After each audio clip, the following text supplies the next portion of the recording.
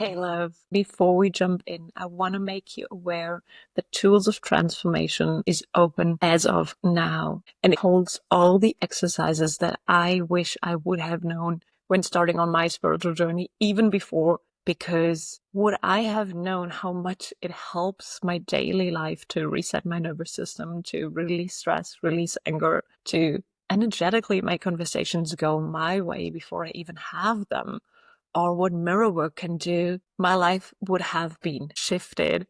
So I really invite you to check that out. Link is in the captions below. And now we jump straight into the episode to have another wonderful conversation about how to get to this point of empowerment, how other women did it, what tools they used, what perspective shifts they found for themselves, how they navigated their life to come back to their empowerment. Enjoy the episode. I'm really excited for this episode. Today I have the wonderful Christine with me.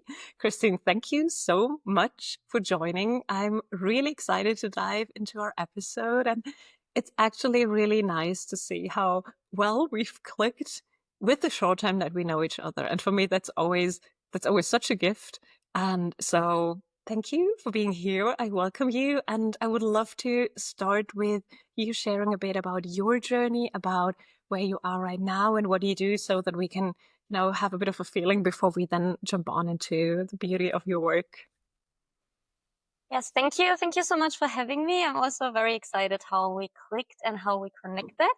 And for your listeners, to everybody who's listening, I basically am a holistic business coach and therapeutic art facilitator. So I mainly help entrepreneurs to create more space and time in their businesses and lives. And I do that through art and systems. So I kind of bring these two modalities that might seem a little bit far apart together.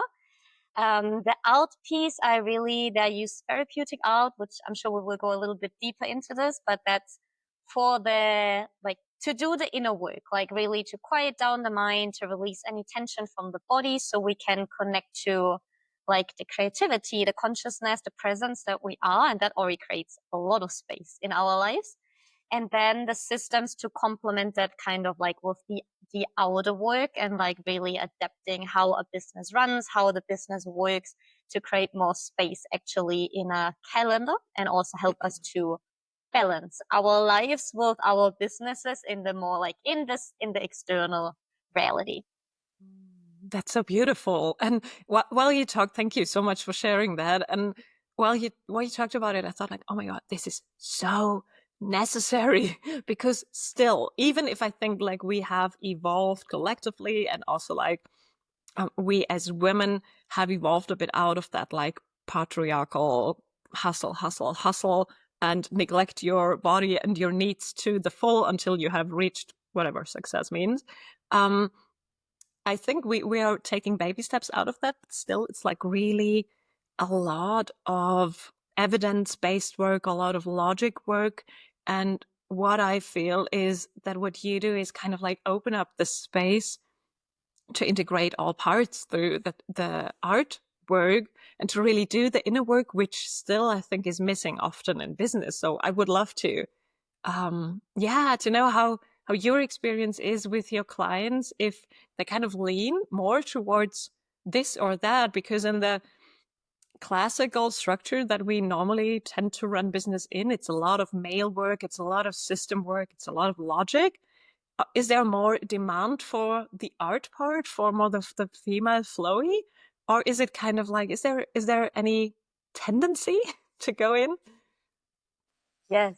Yes, 100%. The clients I work with, they love the art part. It's actually their favorite part because it's like really, I think it's like really this moment where you can let go. Like even if you're like, if you have like so many employees, if you have so many things to do, like there is like all of this overwhelm of what should be happening. But then when you pick up your like crayons or your color pencils or whatever it is in the moment, and you just bring all of these emotions and all of these feelings on paper, it's a moment where you can totally connect with what's happening inside. There is no need to make anything pretty or nice. Maybe for people that don't know what therapeutic art is, like usually when we think about art, it's about we need to make this Picasso style, like super nice picture. But this is not what therapeutic art is about. It's really taking whatever tool you have in your hand and express it. And this can be as wild as just drawing a few lines on paper, or it's just all black, or maybe you draw dots, and it doesn't matter what the outcome is at the end. It really matters how you feel in the process. And that's what makes it so powerful and also so relaxing for someone who's always thinking about the next step, who's always thinking about what is my next task in business, to like really come to this moment and be present. I think it's so needed to find a way to do that, especially like if you're self-employed or if you have a lot of people that you're responsible for, to have these moments where we really allow ourselves to say like, okay, doesn't matter the outcome, because normally everything is kind of outcome based. And yeah, we all heard like enjoy the process, but who is really doing it? So really being reminded by you to say like, okay, it's not how pretty it looks, and it doesn't even matter if the colors match or whatever, if you do it right or wrong. It's just about the connecting to the self. And I guess I think it's really beautiful because you have something that you can look at. There is a lot of satisfaction, um, I see, when we not only quote unquote do the inner work, but we have kind of a visual to it, kind of a picture, because that's how we think. So I love that idea of doing both. And what I wonder is there a direct translation between like the inner work part and the system part? Do you have like kind of a system to go from one to the other, or is like the therapeutic art more for relaxing and, you know, maybe becoming aware of what feelings are present or what is like actually needed in the moment, and then not directly transitioning into what you can do or change in the business? Is it really related, or is it more like of, you know, not going so close together? Yes, very, very good question.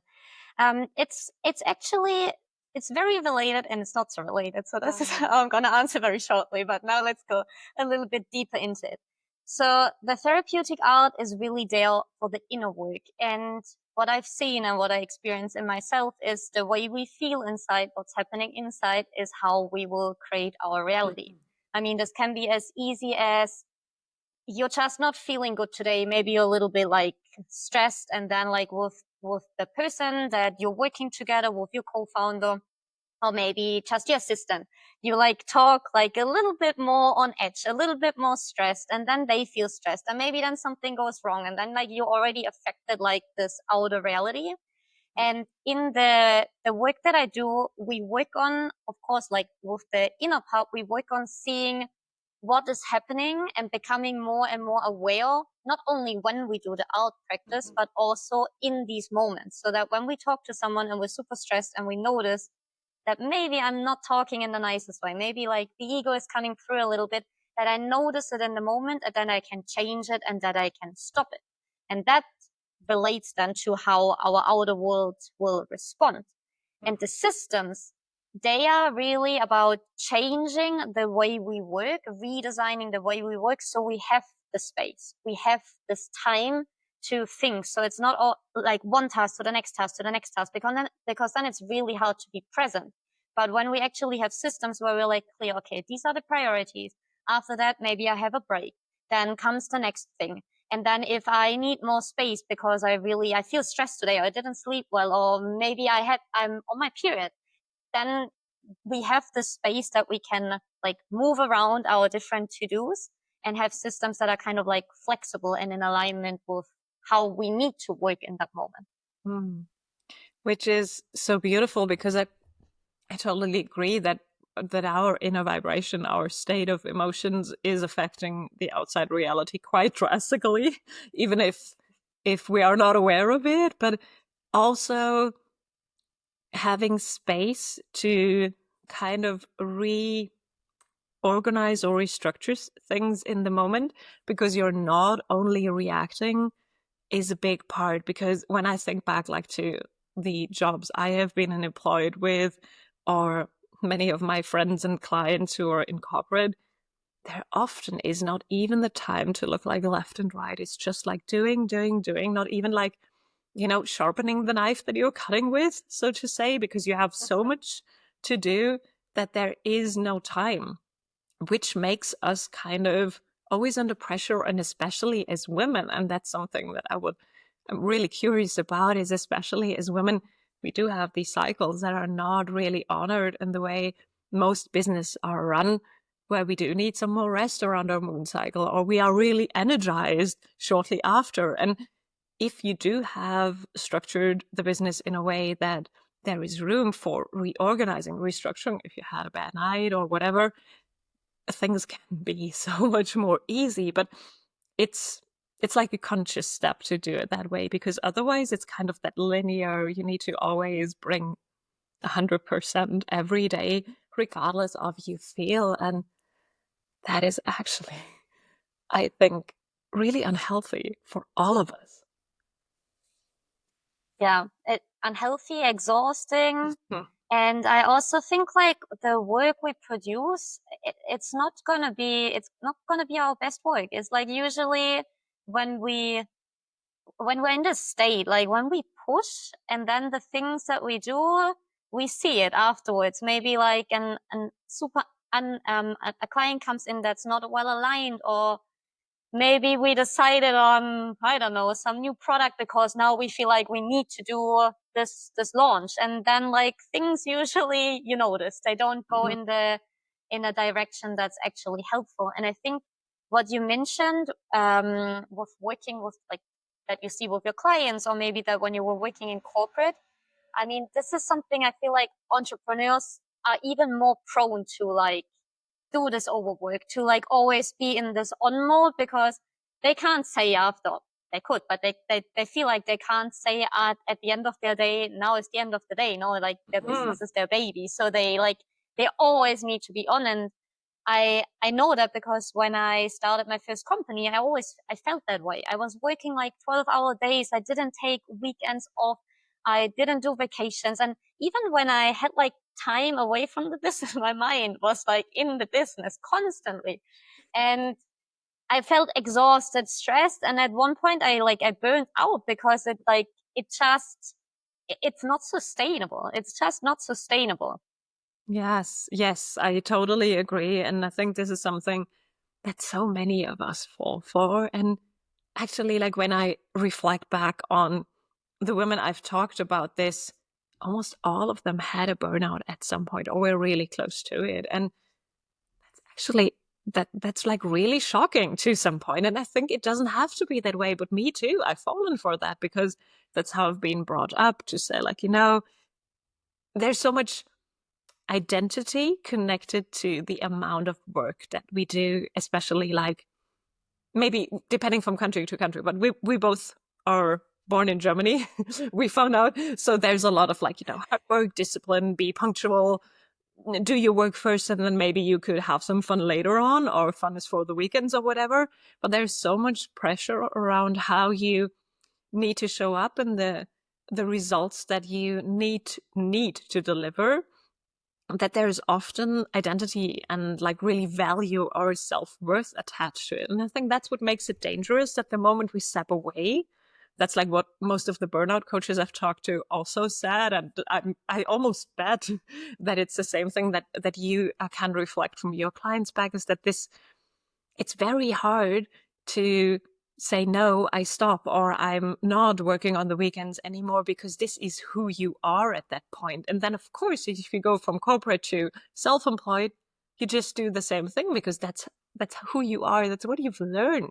So how did you personally, how did you shift out of that for yourself? Because it showed up in your life at some point. How did you make that shift? Yes. So in the moment when, like, basically when I was diagnosed, I thought like, yeah, it's not true, like, okay, maybe I'm a little bit stressed, I'm a little bit tired, but it's not that bad. Yeah. So what I did, I flew to the Canary Islands, and I thought like, I go on a holiday for a week with my friend, and then afterwards I will feel amazing, haven't taken a holiday in a long time. And in this week, I realized how bad I was actually feeling, like how Yeah. tired I actually was, how exhausted, and how I haven't like been enjoying life.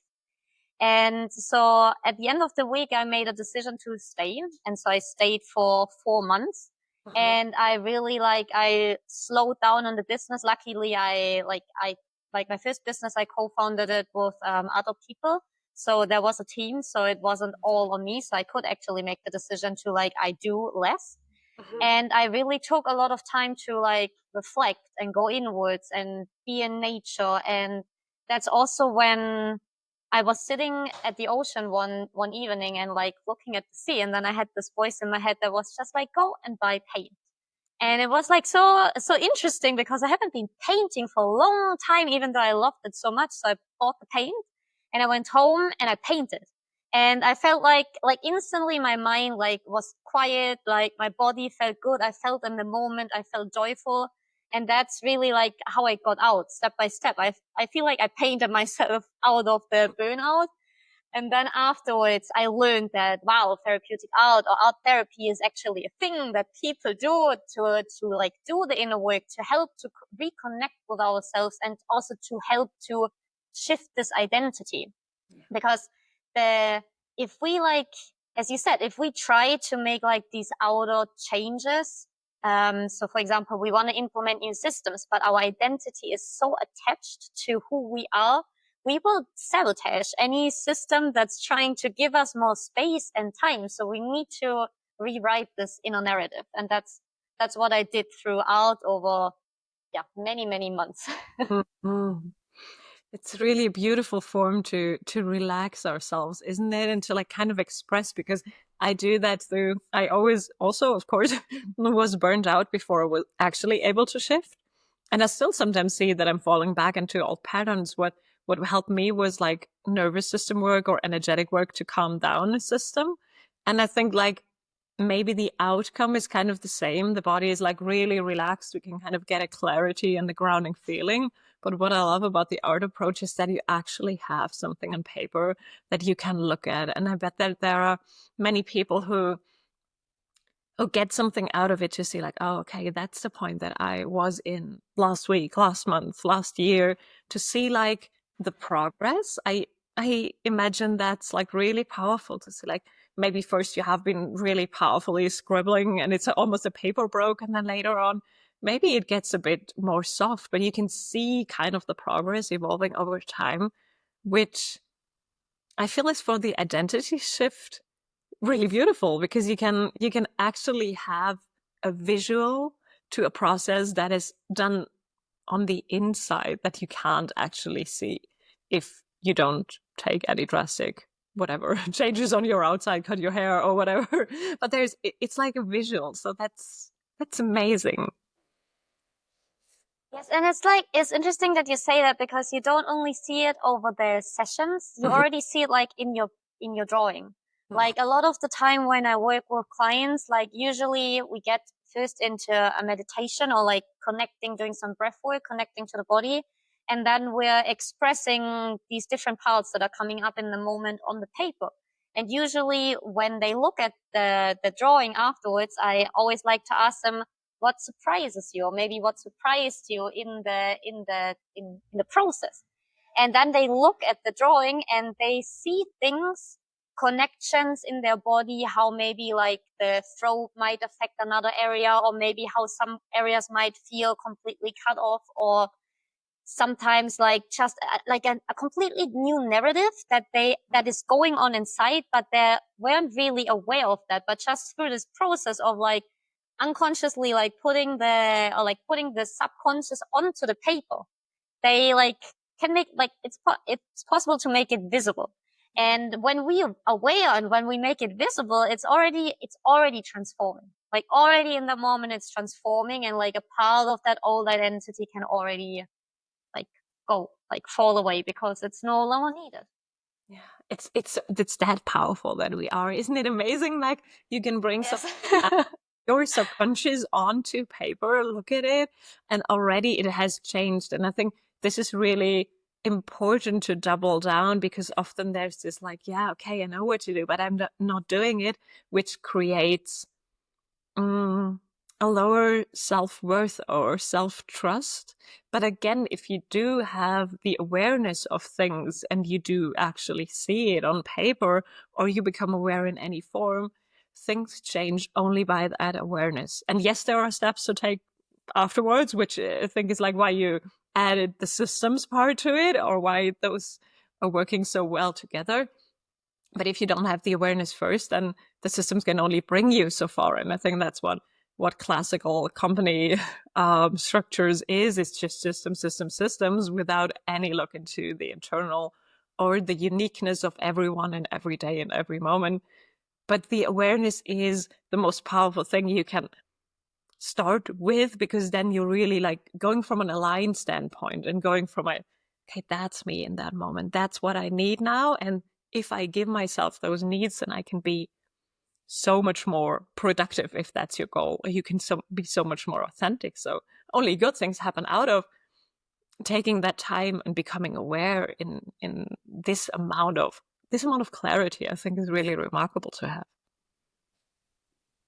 Yes, I think that's in the end either practice. Like if you use art or if it's another practice for you, like it, I think it's the most powerful thing is just to create this presence, like that in this moment, wherever you are, even like right now when you're listening to this podcast, that you're like fully present of like the narrative, what's going on in your head. And then usually this narrative translates to our bodies and we feel it somewhere. So even if we like try to make this mental shift and we say, okay, now I don't want to work so much anymore, or I want to do all of these things, if the body's still like in this process of, no, we need to do this, I'm in survival mode, I need to move forward, then you can try to do a lot of work in your mind, your body's gonna sabotage. And that's also why I think therapeutic art, or for me personally, it has been so transformative and so effective. And also I see it as so effective when I work with clients, because it really can work with both. Like already through the movements that you do, and there's a lot of different art practices that you can do. You can like do it small, you can do it big, you can use both hands, like you can use your entire body or just your fingers. Already through that movement and like being aware and also bringing out what's living in your body onto the paper, you transform both. You're not only working with the mind, you work with the mind and the body at the same time. Yes, that's really beautiful. And thank you for pointing that out, because I feel we often have this disconnect between what we need to do and how we feel. And that's also like for me, I remember when I was in my last corporate job, which was really, really, really stressful and with a lot of responsibility. And I totally neglected every physical issue that my body kind of tried to communicate to me, like, well, maybe slow down a bit or whatever. But it was like, I have this many appointments. I can't go slow. And by doing that more and more, I think we're so disconnecting from our bodies to an extent that we feel, which I see many people have, we feel that they're not even really connected. So bringing those together through the art and really becoming aware that if you change one, you change the other as well, or you at least unearth what is present, in itself is a beautiful practice. But then you go a step further and like kind of translate that to how maybe you can prevent that. So what came to my mind when you just talked, I hope I can, figure a way out to express it, is with the clients that you have, is it more like a work that is demanded in response to a burnout or to things not working that way anymore? To say like people come in to say like, this is just, I can't do it anymore like this, so I need to get the stress out? Or is there also this aspect of prevention to say like, I want to unearth this information or become aware before things get really bad, so that I'm changing and bettering my business structure, my daily actions now, before I totally burn out, or before, I feel like this is totally not fitting me and I need to quit and leave the company, or whatever drastic movement you make when there's nothing else you can do. So is it more like a responsive thing, or is there an aspect of prevention as well? So most of the clients, they come to me, they actually come afterwards. So it might not have been a burnout. It could also be some other, maybe like a very stressful episode. Like I have a lot of clients that like the stress becomes so anchored in the body that they might have pain, for example, in their wrist, or maybe stomach pain, like literally the pain starting to show up, and they are tired and they're not feeling like as if they're enjoying life anymore. So they might come before like they are diagnosed with burnout, but there's already like symptoms that are showing up in different ways. Or if they're not showing up yet, they just feel like this deep sense of like there needs to be more. Like this can't be it. Like now I'm running this business. I created what I wanted. I'm making this impact, but I feel empty inside. So a lot of the clients come at these stages.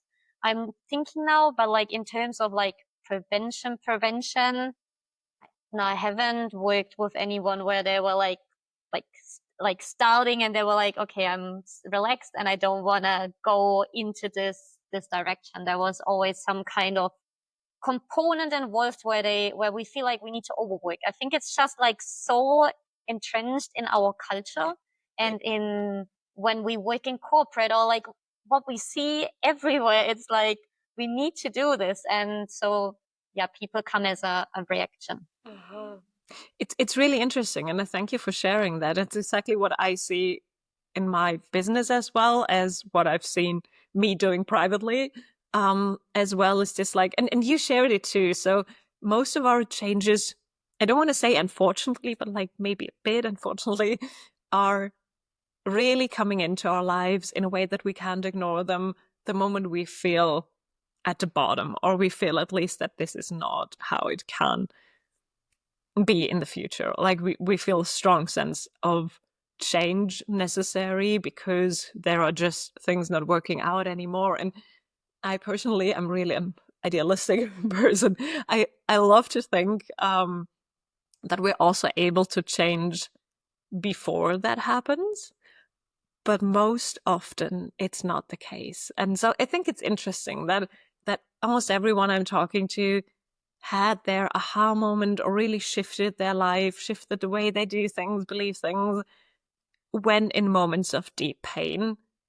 And yes, pain is a cleansing mechanism, so there's nothing really bad about it. We do learn through it, but I wish there would be more people who do this kind of work, actually, whatever work that helps you before things get bad, before, growing just for the sake of feeling better and not for not wanting to feel that worse anymore. I think there is big power when you go into not a reactive mode, but in a proactive mode. So yeah, I was really curious, and I feel we can shift into a society where this is kind of more of the normal, that we don't go until full burnout before we seek help. Or like you shared, so many people don't even are able to acknowledge that they have a certain or have reached a certain level of being drained, even when a doctor is mirroring it back to you through a diagnosis. So it's actually really interesting how stubborn we can be about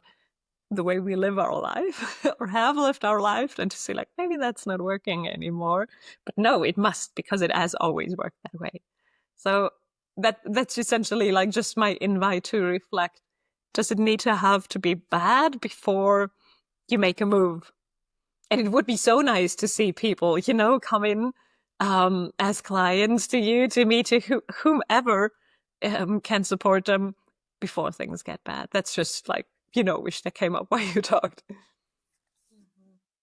No, I feel you. I completely feel you. And I think it's already, like, I think it's possible. And I think in some ways, we as business owners, as entrepreneurs, have a responsibility towards that, because especially when we start to have a team or like even an assistant, like, or when we work with people, not with our clients, but like the people in our team, Yeah. we can set up more conscious structures. We can be the leaders that ask them how they feel and make sure that they are supported in the space, not only financially and like with the tasks they have, but actually make sure that there is that there is more of a human component. We don't need to recreate what we had in our corporate jobs before. We can create a new way of leading. And I see that in one of my clients. He actually, after we did like all of the inner work and we started to implement systems in his business, he then took on 2 new employees. And he, like, the way he leads them is like really going into these questions, asking how they are, and also giving them the option that they can have a coach if they want to, if they feel there's too much work, if there's too much stress. So he's like really, I feel like leading also in this direction. And I think there is more and more people that are becoming conscious and leading in a different way. So I have the hope that one day, like the businesses, all of the businesses, also these big corporations are, run in a completely different way. Yeah, me too. I really have a strong hope. I can see that really clearly. And sometimes the path might be a little longer than I wish it to be. That's what I found for myself. That I think like, well, here it is. Why can't we implement it? But then again, big structures sometimes take a bit more time. But I see it, and I think it's really a beautiful way to acknowledge that we are all human, especially like in times of AI and a lot of like technological support, which can be amazing, but like really honoring that we work different, that we can't have that linear output that a robot can, and that this is not a bad thing, because it's about a shift again. And I feel we also, like you said, as business owners ourselves, we are really here in a role model position, because the way you lead your business right now, it's proof that as a business owner, as a startup, as a young business, however you want to classify it, if it's not 20 years existing right now, you don't have to hustle and you don't have to burn out so that you can be successful. So you don't have to pay the price, which is something that is a narrative here in Europe, I think, very strongly. So this is kind of proof that it can look differently. And the more people do that, I think the more we kind of get aware of, okay, there is another way. I don't actually have to do that. So I always share with my clients, even though I'm totally not a business coach, but it kind of comes up. My first career was in fashion, and all of us kind of took pride in, really strangely, took pride in the amount of hours we worked and the really bad conditions we worked under. So if you had the chance to work with a really big designer and you need to sleep under the sewing machine for 2 hours because there wasn't even a chance to get home and get back to work before the next day in the fashion show, that definitely was there all the time. And they were like, oh, I only slept 2 hours. And oh my God, it was so dirty and it was so uncomfortable. And I was like under the sewing machine. And everyone was really proud of that. And in hindsight, I think like, how crazy. But that's kind of the success. That was the level of success that you got as a student directly after graduating. That this was the next like level, and from there you hoped for whatever better conditions, but this was part of the process and it was like collectively accepted. And thinking back now, I think that's like not even hilarious. It's kind of really, really, really unhealthy. But a lot of corporations or branches have this, and I think the more we lead in a different way, like you do, like I always call myself back to say like, no, I'm taking a slow day if I do need rest, or I do free my schedule if it's necessary, because it must work that way too. And then it does. Exactly. And you make a conscious decision that you wanted to work that way.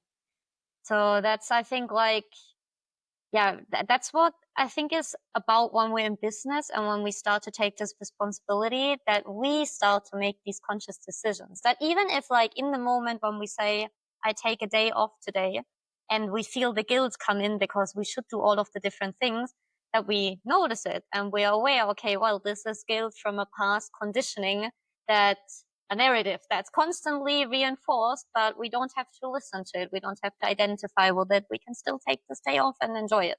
Yeah. I mean, it's not as easy as I made it sound now, but it can be that simple. Yeah, great. But more often you do it, or maybe not 5 days a week, because then you wouldn't get anything done. But if you do that regularly, your body kind of finds out that the world is still turning, that things are still working out, even though you took that day off, you cared for yourself, you did whatever you needed to do in that moment, maybe nothing, that still everything is working. And we kind of can lean more into trust if we have experienced that once, if we kind of like jumped over that fear once and see like, oh, okay, actually it wasn't that bad. Actually, nothing happened. Maybe not even someone noticed that. So there is a lot of learning, I think, and I agree it's a conscious decision. But what I also see, and I wonder if you have that too, is the moment your clients have been able to create that awareness through the artwork of what needs to change, and you start putting the systems in place, and maybe your clients dare to say like, well, I do a 4-day week, or maybe I do a 4-hour day, or whatever it is that they need to restructure their business to. Is there a lot of pushback if you don't, go into classical, that's how it worked before, or that's how like the normal structure is? Because I see a lot of people get triggered, or corporations get triggered, if you do things differently. And it's kind of, this is not able to work, is what normally has been mirrored back. No, 100%. There's not so much pushback from when I introduce like new ways of working to my clients, but usually then they come back after a few days or after a week and they experimented, maybe it didn't work, and then they kind of went back into their old ways of working. And then it's just like the reminder and the invitation that, like, depending on how old they are, this is how long they have learned to have this old structure intact that didn't help them where they came to me to help them with this work. It's not going to be overnight. It's not going to be in 1 week that all of this can be fixed and that everything can be turned around. It's like really a process, and we need to take small steps. Sometimes they're even like huge steps, and then you adapted like your entire schedule, for example, and you notice, okay, half of it works, the other half doesn't. Amazing, something worked. I just need to adapt the other half. And so it's kind of like this reprogramming. It's like these micro adjustments. It's like really small steps, adjusting until we get to a state, a space, a calendar, a schedule that works for us. And even I've been doing this work on myself for so long. Like even now, I still continue to adapt to like the way I schedule my things, the way I work in my cycle. Like I think there will never come like this perfect moment where now this is how it is and this is how it will be. It's more like a learning on like this is how it works well right now, and then maybe in a few months it doesn't, and we need to adapt. But the important thing is the awareness. Where do we want to be? That we want to feel good when we do the work, that we don't want to feel stressed, that we don't want to carry all of this tension, that we don't want to overwork. And so kind of like keeping that as a reminder to then make these small adjustments. Yeah, and I think what you touched upon, like the attitude part, is really, really, really important there, because maybe there is discouragement at first when you change something and it's out of the normal structure that your business has been operating in before. And then you see like, oh, it's not completely working. So you said like half of it worked. And you could go like, oh no, it's not working, and switching back to the old stuff. But you can also say like, well, amazing, half of it worked. So let's see which other half I can pair with it to make it like work completely. And it's an attitude shift it's a mindset shift. Like that really needs to take place to say like, this is good news. And for that, I think like reminding is really beautiful if you have someone who is there with you, who supports like you do your clients, to say like, okay, well, that's actually a good thing.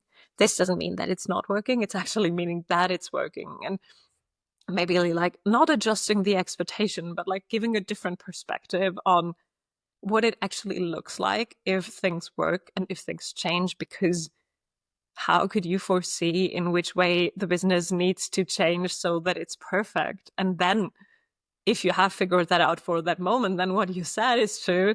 we're always changing, we're always evolving. That's kind of like the deal here. So always need to adapt. What worked last year maybe doesn't work right now, or maybe it worked and then you become a mother and then things are not working anymore because you have a totally different day structure. And so it's a constant adaptation, which can be like, I think, really beautiful to see like what is there.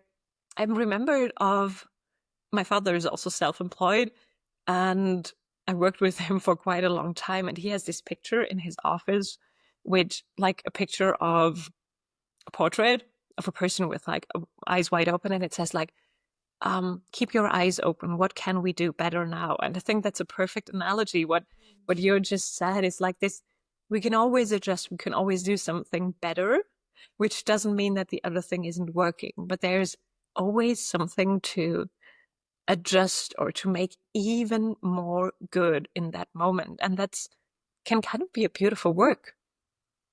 Mm-hmm. Yes, I agree.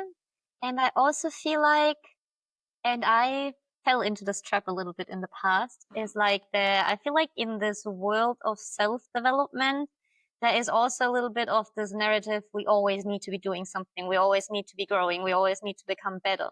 And so it's also like being careful to then once you have a system, a structure, once you're present, you feel good in your body, like the mind's not going, that you are like, okay, this is actually a good state.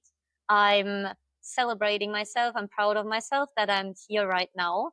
And I don't always need to be going, because then we go into this like, no, we don't go into the overwork, but we go into this new narrative where the mind does the exactly same thing, but now we need to always become better and we need to grow ourselves. And so there we also need to be, I think just mindful that we're not falling into this trap.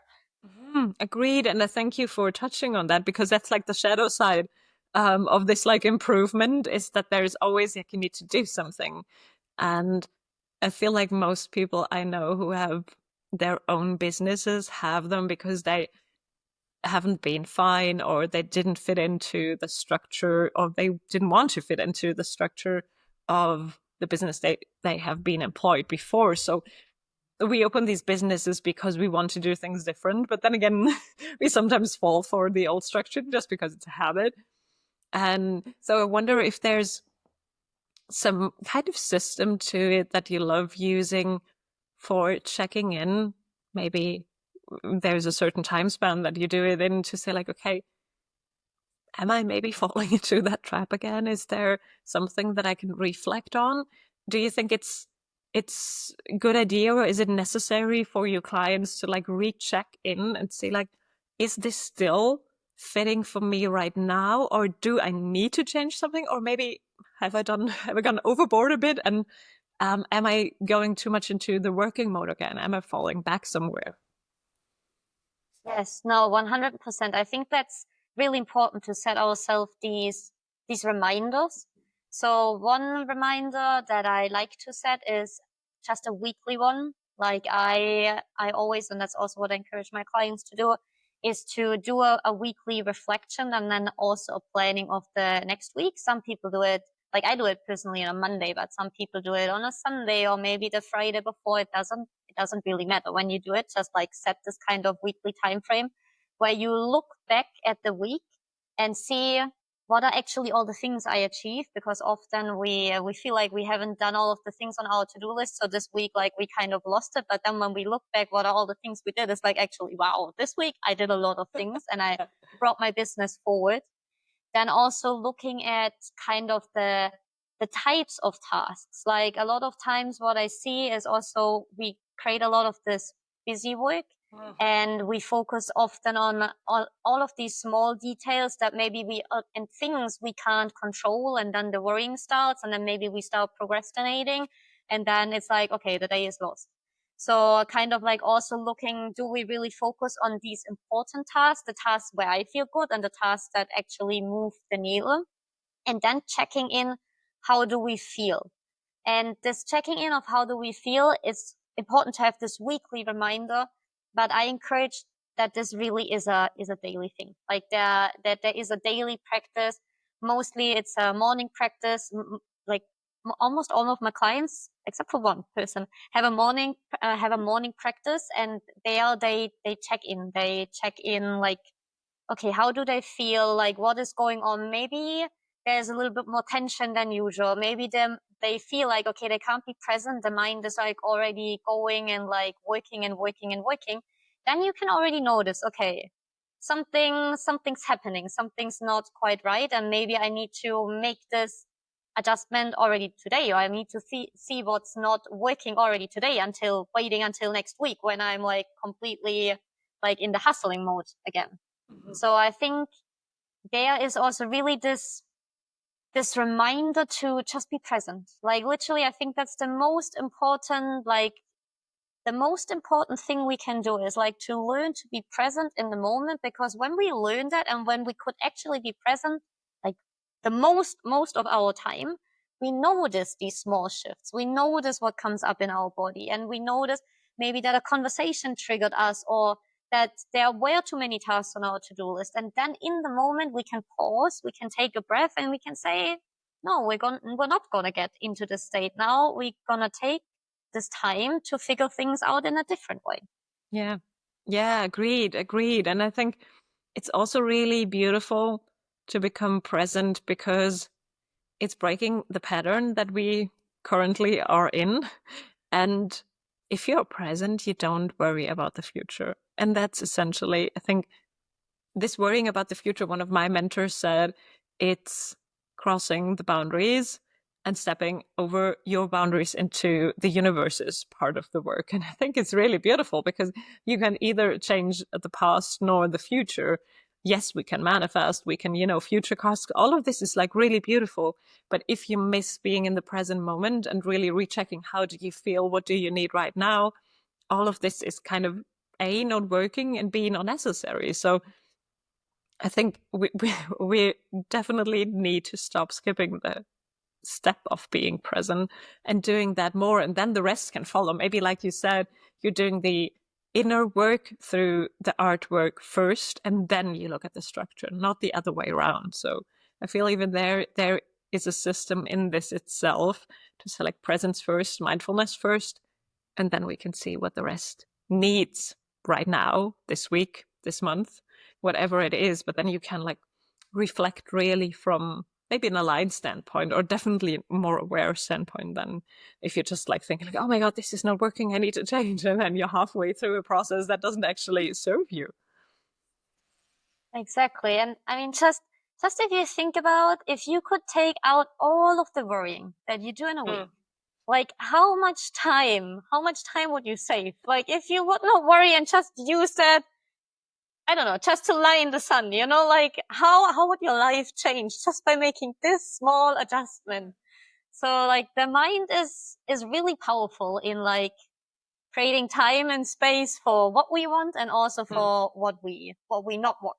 Yes, 100% agreed. It would be, imagine everyone would do that. How much time and enjoyment would come out of that if we would all stop collectively worrying, even for a day. Like how much energy is freed. Just for a day, yeah. Yeah, it's just for a day. How creativity could be unleashed, because if you don't worry and you can actually like, I know things are coming, things are really good. You could be in the sun, you could take a nap or play with your kids or do whatever, because you knew, and this is essentially like tying into what we've talked about before we hit record, the trust in the universe and the trust that things are always working out, even though maybe we're not quite sure for the future. So there's a little worry in that. But in hindsight, everything's always working out. You exactly know why maybe that partnership broke up or that business failed, quote unquote, because nothing ever fails. But we exactly know why things happen when we look to the past. But for whatever reason, we are not granting the future the same amount of trust and wisdom and knowledge. And I think that traps us often, really, that kind of like makes a hiccup in things that doesn't have to be there. So definitely the worry, if you can cut that out, you have so much more fun. You're so much more productive if you come to a business. I think the moment you clear you're in alignment, the output, if you want the result, is a different one. And the energy is actually tangible for people. Like imagine you creating a post for your company and you are in a good mood and you're actually like trusting the process. How different does it feel when I read it compared to if you are worrying if things like working out? So I think we often need to remind ourselves of this because it's so easy to fall for the hustle culture or fall for the doubts that have been part of our life for so long. Exactly, yes. And I think maybe if we take this conversation or like the responsibility of why this work is so important, like even one step, like even one step bigger, like, yes, you're present. And if you're present, you're, first of all, like your mind is quiet. You don't create all of the tension. You don't create all of the stress in your body. Then when you work with people, like your employees, your clients, or as you said, like you write this post or you write your newsletter or whatever other kind of content, the people that you directly influence, they also feel it. And then we're business owners. Like we have like a lot more influence than we actually are aware about sometimes. And if you think about like even the bigger corporations, they change like people's lives completely. They change society. And now imagine like the big corporations, their leaders, they would suddenly start to lead from presence, not from like this ego driven, I need to do more, I need to bring in more profit, but they would just pause a moment and be like, okay, is this actually all in alignment? And I'm sure they would see, okay, it's not just about the profit and creating the value for the client. It's actually about how does this business connect to everything around us. And I believe once we see this responsibility that we actually have and step into this presence, like we're not only creating like peace inside of ourselves, we're creating peace in our business, and then this translates into the world. So actually there we have a chance to create way more harmony and peace than is currently the case if more of us entrepreneurs will become present and really lead from the state of presence. God, is that beautiful. Thank you so much for sharing. I think it's actually each of us individually, but especially, I totally agree with you, as business owners, we have really a big impact beyond what we perceive in that moment because it ripples out and it's one big feedback loop, if you wish. So reminding yourself of the power that you have and the change that you can make into the world, into your world, but also like to the big scheme. There is so much that we can do by leading by example, by inspiring others to even try it out and see if this feeling of more freedom, of expansion, of harmony, like you said, isn't going to change. And I think there is a lot that we can actually do with these small steps because it sounds like, okay, well, I did take a day off for myself. So what should that do in the big run? But it does do so much. So it's again about reminding us of the power that we hold and of the responsibility that we have for ourselves, for employees, if you have one, or for your family, for the people surrounding you. There is a lot of people that you impact. And I think often we are not even aware of that. So I thank you very much for painting that picture. And thank you so much in general for the work you do and the inspiration that this brings to step into, yes, to make the business better and make yourself better, but also to tap into creativity because that is something that is so, it's kind of what we're here for, I guess, to like create our lives and also to create things with our hands, create art to express who we really are. And I think it's a wonderful invitation to combine those. So thank you, thank you, thank you for being here, for sharing so much of your wisdom. And I would love to know where people could reach you if they want to get in contact, learn more about your work, book an appointment. Where are you? You know, where do you want to be contacted through? Yes, so I'm mainly on Instagram. So you can find me on Instagram, create with Christine. So create.with.christine. And then also on my website, there's all of the information, which is my name, christinepeine.com. And yes, just send me an email, a DM, and then let's have a conversation on how I can help you in your business, how I can support you, even with the inner work, with the creativity. Maybe one thought that just popped into my mind when you were saying that I help people with like connecting to their creativity. If you if you like read and go into some of like the spiritual books and also like into books that write more about consciousness, sometimes I read they actually refer to consciousness to the creative intelligence that's behind everything. So literally like the little creative spark that you're like creating on your paper, it connects to like this creative intelligence behind everything. And it's powerful. It's very powerful. Yeah. And yes, thank you so much for having me as well. It was amazing to talk to you, to chat, and thank you to everybody who was listening. Thank you a lot, my dear. I will put every information in the show notes so that people can like reach you easily and connect to you, and then you can see like how you can work together, how everything is working perfectly together. And I love that you remember that, because I think too we are here, we are part of creation, and so it's our not duty, but it's our purpose to create. And it's a wonderful way to connect to that through doing something with your hands, which like really liberates a lot of stuff in the interconnected field. So thank you, thank you, thank you. Thank you.